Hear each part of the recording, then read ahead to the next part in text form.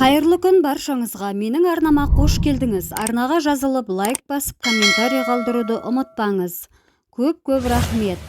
Хақ пайғамбар сипатының айқын болуы.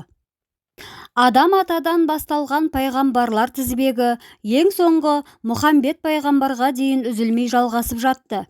Алланың барлық елшісі өмірден озарында ұрпағына келесі пайғамбардың белгілерін айтып кететін. Олардың сандығында Сухов Әнбия деген қолжазба сақталған. Ол қолжазбада пайғамбардың барлық белгілері анық жазылған екен. Себебі салихтардың ұрпағын үнемі бір сұрақ мазалайтын.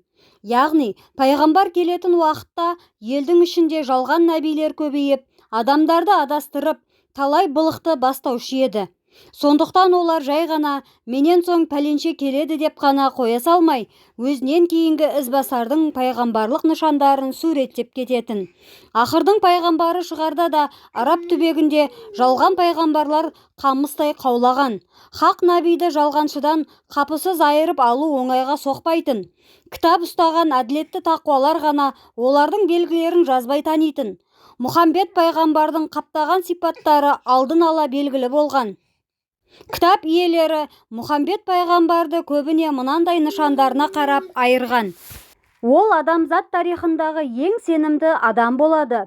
Оған қарыз берген және онымен сауда жасаған адам ешқашанда қиянатқа ұрынбайды, ақысы желінбейді. Өзіне нәсіп болған барлық нығметке шексіз шүкіршілік етеді, ешқашан шағымданбайды. Үмбетінің ақыреттегі жайын ойлап көп жылайды, көп дұға жасайды. Үмбетінің келешегіне алаңдап тұратын. Тілі үнемі Алланың зікірінде болады. Зікірден ғапыл қалуы мүмкін емес. Уайым мен қайғы басып, әбден дертті болған жүректердің шипасын жақсы біледі. Онымен бір рет сұхбаттасқан пенденің өзі бұлттан шыққан күн көзіндей жарқырап шыға келеді. Адамзаттың қараңғылықтан тартатын зардабын ойлап, үнемі қамығып, ұзақ қайғы шегеді. Алланың рахметінен үмітін бір сәтке де үзбейді. Қандай қайғылы жағдайға тап болса да, үміттің сәулесін көңілден жоғалтпайды. Түбінде өзі зор бақытқа жететінін сезіп тұрады. Оның көңіл күйі жора жолдастарына да сезіліп, жігер береді. Атағы жер жарып, пайғамбар атанып тұрса да, өзін басқадан биік қоймайды. Өзін басқа пайғамбарлардан ұлық етіп көрсетуге тырыспайды. Ардан аттамайды, намысын таптатпайды. Ұят екі бетінен төгіліп тұрады. Сырға өте берік болады. Серіктескен, сөйлескен кісілерін ешқашан ұятқа қалдырмайды. Сырын дұшпанға алдырмайды. Уәдеге берік болады. Берген уәдесін міндетті түрде орындайды. Бай бағландармен қалай сыйласса, қара халықпен де дәл солай дос болады. Үнемі жетім жесірдің қамын жейді. Кеудесі толған хикмет болады. Қысқа сөйлейді. Сөзінің мағынасы терең болады. Әрбір сөзінде даналықтың лебі есіп тұрады. Жүрегі толған мейірім мен шапағат, өте кешірімшіл болады. Алланың әмірін орындауға асығып тұрады. Жеке басының шаруасын бірінші бітіруге тырыспайды. Кеңпейіл жомарт, қытмыр есепке құлқы жоқ. Қонақ жай болады. Қонаққа бар жақсын тосатын, дарқан мінез болады. Басына 90 түрлі бәле жауса да Алладан күдерін үзбейді. Құлшылықты ерекше сағынышпен жасайды. Намазға ешқашан құлықсыз келіп тұрмайды. Кез келген істе Алланың ризалығын қалап тұрады. Ол Алланы сүйеді, Алла оны сүйеді. Құмарлыққа құлып салып, өзін бар рахаттан тежеп ұстайды.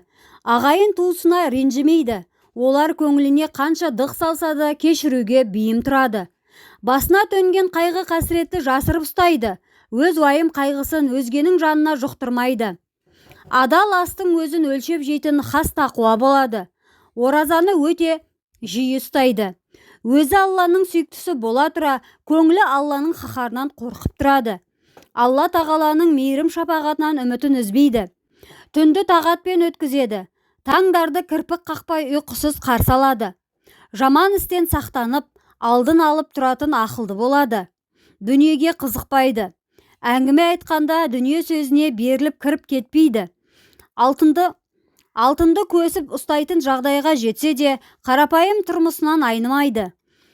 Жақсылықты шын ниетімен жасайды. халық оны жақсы көреді. Жұртқа үнемі сүйеніш һәм таяныш болып жүреді. Зейіні мен дарыны замандастарынан оқ бойы озық болады. Сараңдықтың емшісі болады. Сараң саудагердің өзі де оның қасында жомарт болып өмір сүргісі келеді. Мағынасыз тіршілік кешпейді. Өмірінің әрбір сәтін мәнді етіп сүруге дайын тұрады. Тақуалардың тақуасы болады. Қанша жерден қайғылы іске кез келсе де ашуға салынбайды.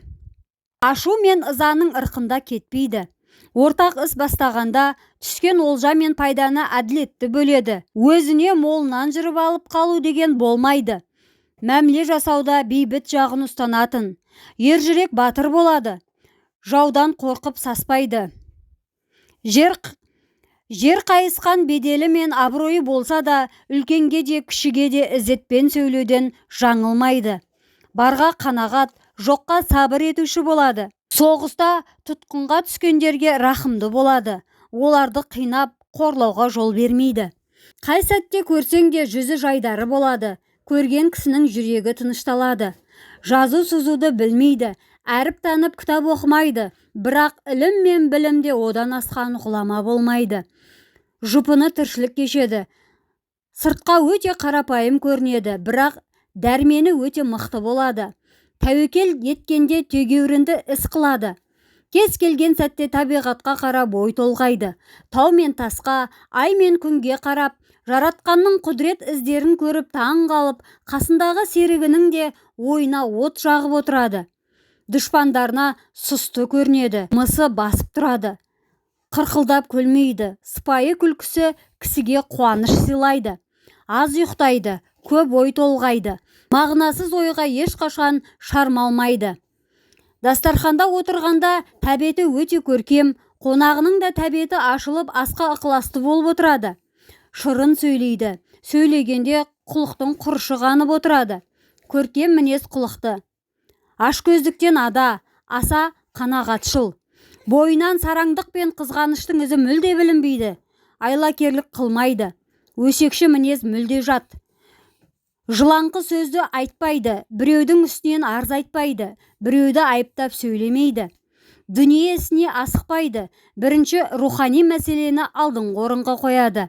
Дөрекі сөйлемейді, әдепсіз іс қылмайды, кісіге салмақ салмайды.